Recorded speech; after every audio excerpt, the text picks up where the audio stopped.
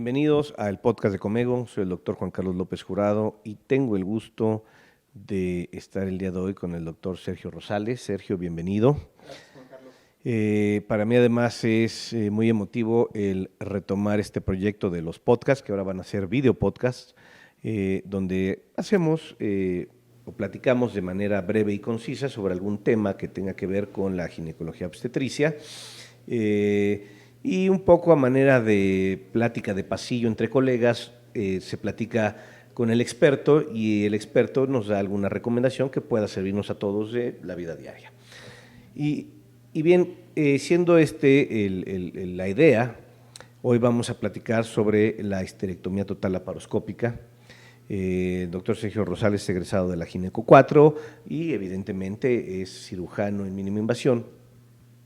Y vamos a platicar específicamente dentro de todo lo que abarca la cirugía de mínima invasión y la histerectomía total laparoscópica, cómo seleccionar al paciente. Entonces, Sergio, lo primero que te quiero preguntar para que compartamos con el foro es ¿a qué pacientes consideras tú que es conveniente ofrecerles el recurso de la histerectomía laparoscópica? Gracias, Juan Carlos. Es una pregunta buena y siempre compleja además, porque lo primero que tengo que saber cuando voy a ofrecer la cirugía laparoscópica es cuál es mi habilidad para hacer esta cirugía, conocer qué recursos tengo, porque al final la cirugía laparoscópica va a requerir que tengamos recursos. No podemos entrar sin tener lo necesario en una cirugía laparoscópica. En algunas ocasiones en cirugía abierta, si le quiero ahorrar al paciente, buscamos una opción un poco más económica. Y cuando hablamos de la cirugía endoscópica, no podemos estar escatimando en tener trocas reusables o no tener una buena energía, que haga saltos la energía y podemos quemar, o no tengamos a la mera hora las pinzas adecuadas. Entonces, tenemos que conocer muy bien los recursos que tenemos. Lo segundo es que cualquier paciente que tenga una patología benigna ginecológica es candidata para una histerectomía total laparoscópica. Cuando empezó a surgir la cirugía laparoscópica, decíamos, no, las muy obesas no, las obesas no, las que tienen cirugías previas no, las que tienen úteros grandes no. Y con el tiempo hemos visto que eso no es una limitante. Todas las pacientes son candidatas porque al final, si yo voy a poner una paciente que tiene cirugías previas, tengo que tener cuidado en una cirugía abierta o en una cirugía laparoscópica. Tendré que tomar mi precaución el abordaje en mi inicio, el trocar inicial, si voy a usar una FBR o voy a tener entrar con técnica abierta, bueno, tengo que tener cuidado con eso, sabiendo que tengo la posibilidad de tener adherencias. Si es un útero grande, bueno, yo consideraré si tengo que hacer una miomectomía primero, quitar el mioma, desarticularlo y posteriormente haría la histerectomía. Si tengo endometriosis, bueno, saber que tenga yo el recurso para poder quitar mi endometrioma, hacer la disección y después trabajar sobre el útero. Entonces, actualmente creo que cualquier paciente que tenga una patología benigna es candidata a una cirugía laparoscópica en el día de hoy. Lo más importante es que tenga un protocolo de estudio completo. Sí, totalmente de acuerdo, Sergio. Bueno, como tú bien sabes, también me dedico a esto y coincido. Efectivamente, no podemos escatimar en los recursos. Aún teniendo todos los recursos, muchas veces las situaciones no salen como uno quisiera. Digo, esto es algo que en todas las cirugías sucede, eso hay que entenderlo. Y sí, como bien dices, cada caso va a ir de la mano en relación al recurso que se tiene y a la habilidad y a la curva de aprendizaje que tenemos. Y sí, efectivamente, a mí también me tocó, conforme íbamos creciendo, todas esas prohibiciones y cómo se fue estirando la liga conforme mejoraban las curvas de aprendizaje y mejoraba la tecnología y podíamos ir haciendo casos cada vez más complejos y de manera exitosa. Lo único es que, y sí, efectivamente, ¿no? Todo lo que es patología benigna, sin lugar a dudas se puede, y empezamos a ver algunos casos también de patología maligna en ciertos estadios, y bueno, pero eso claramente es motivo de un podcast totalmente distinto, pues todavía hay muchas cuestiones en controversia ahí. para todos los que nos están escuchando, entonces, creo que les queda muy claro que sí, efectivamente, cualquier patología benigna es candidata, bien, siempre y cuando cuentes con los recursos. Ahora, yo aquí, y esto es algo que a mí me ha sucedido, y platícanos también tu experiencia y qué es lo que tú haces. Nos pasa mucho que te conocen, saben que te dedicas a esto y entonces te invitan a la cirugía, a que les ayudes para hacer el procedimiento, y la paciente resulta que está medio estudiada o no está bien estudiada, y obviamente tú preguntas, tú vas pues platicando con la gente con la que va a hacer el procedimiento. Y es lo que te dicen, no, sí, la tengo bien estudiada y esto y lo otro. Y cuando vas entrando resulta que lo que creías que era el útero era en realidad el mioma, y lo que creías que era el mioma gigante en realidad era el útero, y en fin, son situaciones a las que luego nos terminamos enfrentando. Entonces, la pregunta que te quiero hacer es, específicamente, tú que andas también en estos andares, ¿qué es lo que les recomiendas a todos los que nos están viendo y que a lo mejor les está fallando esa parte? ¿Cómo recomiendas tú tu protocolo de estudio para que justo no caigamos en eso y no nos llevemos sorpresas? ¿Qué les pides? ¿Qué les solicitas? Bueno, es muy importante. Lo primero que tenemos que tener es una buena exploración física. Por increíble que parezca, o sea, me ha tocado llegar a una cirugía y preguntas, oye, ¿y el útero cómo está? Creo que como de 8 centímetros. Aquí el creo no existe, tenemos que valorarla. Hay que hacer una buena exploración, conocer los antecedentes de la paciente. No es lo mismo entrar a una paciente que no tuvo hijos, que no tuvo actividad sexual, porque vamos a ocupar un movilizador, vamos a tener que sacar el útero por vía vaginal, que es una de las formas que tenemos para extraerlo, y puede ser también una paciente que ya está en climaterio y tenemos una vagina que no está totalmente elástica, entonces tenemos que revisar a la paciente. Si nos invitan a ayudar a una cirugía, tenemos que revisar a la paciente, no podemos confiarnos, y no es que desconfiemos en la persona que nos invita, sino es también que uno vaya planeando la cirugía. Eso es muy importante, porque desde el momento en que uno hace la exploración vaginal, toca el abdomen, uno va midiendo qué puede ser lo que requiera yo de complemento en la cirugía para prever entrar con ese material.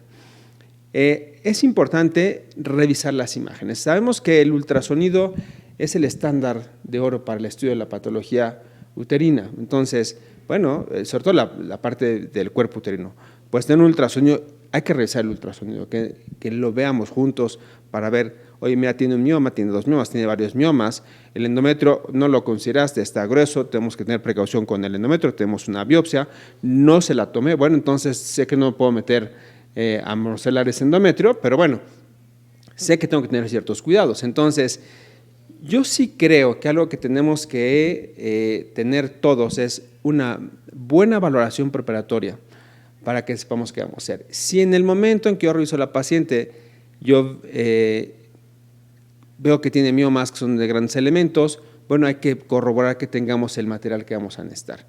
Una vez que está adentro, a lo mejor lo va a poder resolver uno, pero no es lo mismo tener el morcelador o tener una pinza con energía monopolar a que estando dentro me digan, pues es que solo tenemos energía monopolar, ¿no?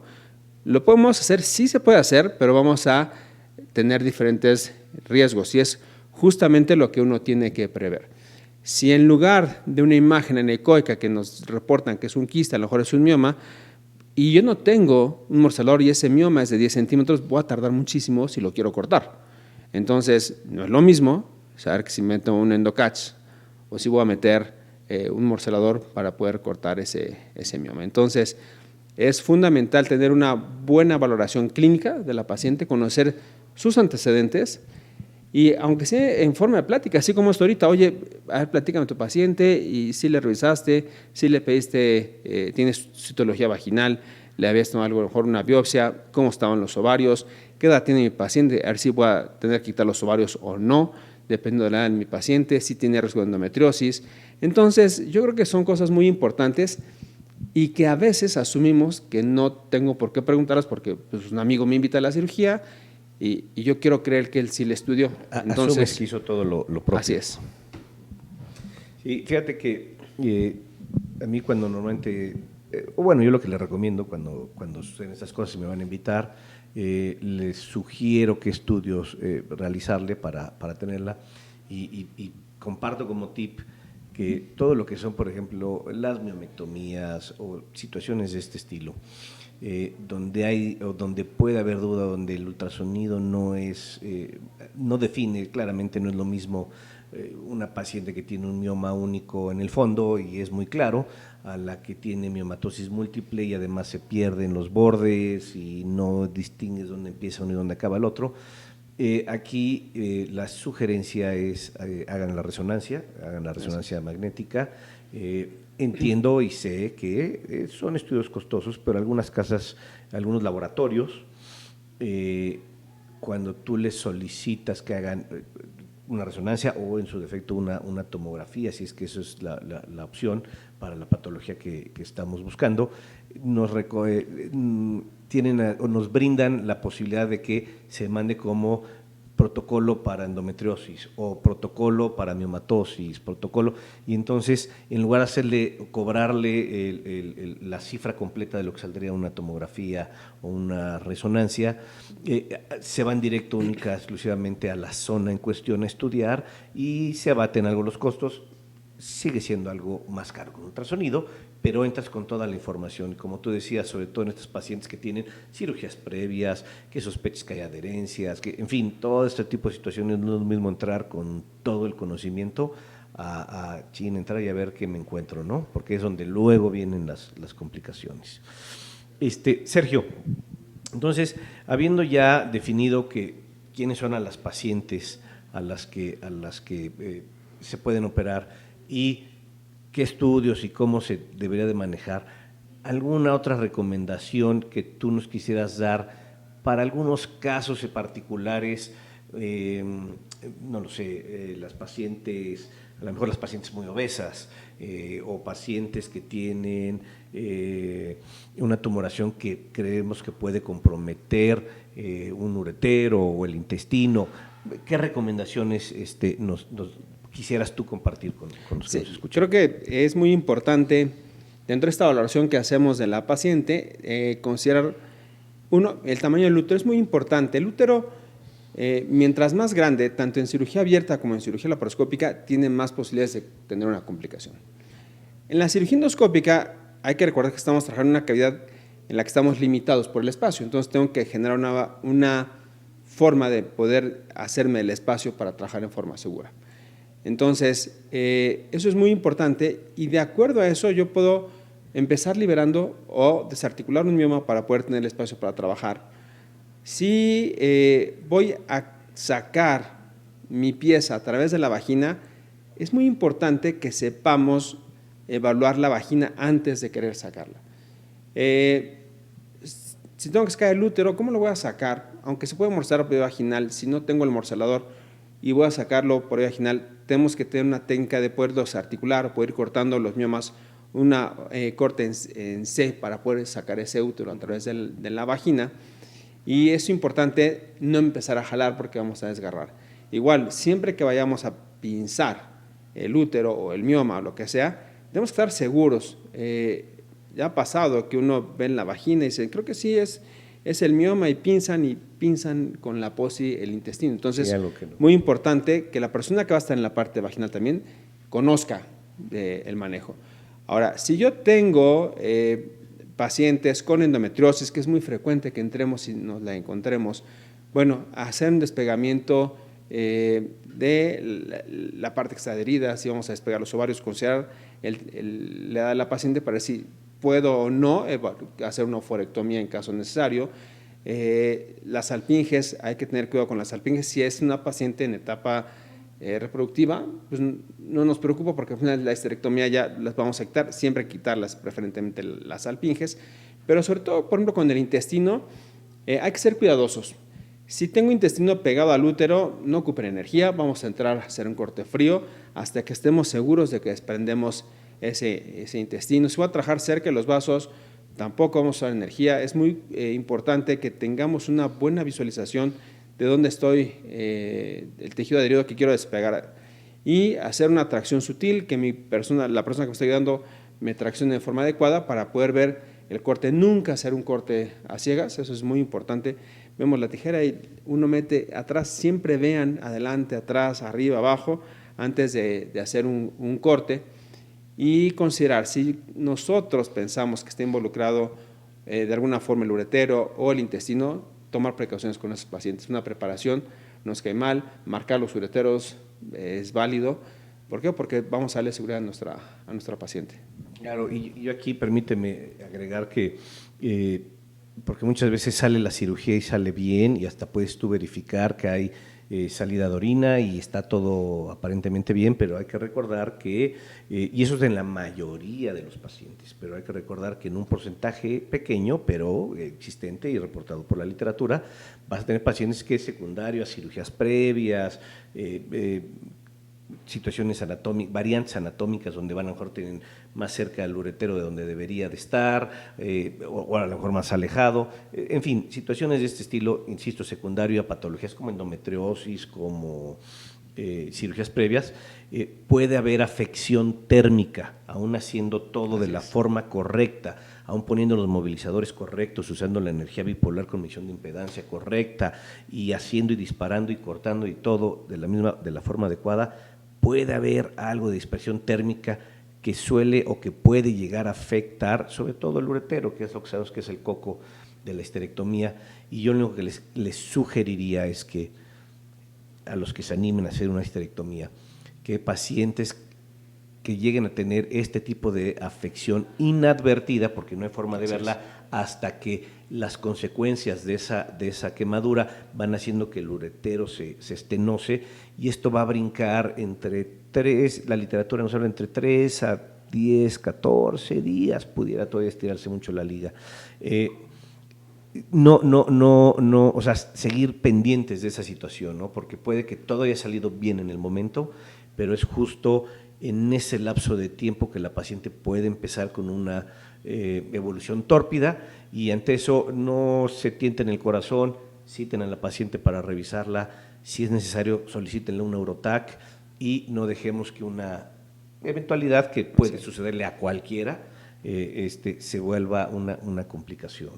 Entonces, vale la pena hacer hincapié con esto en los pacientes para que también ellas entiendan el porqué, y totalmente de acuerdo contigo. Sergio, ¿algún comentario final sobre la histerectomía y cómo seleccionar?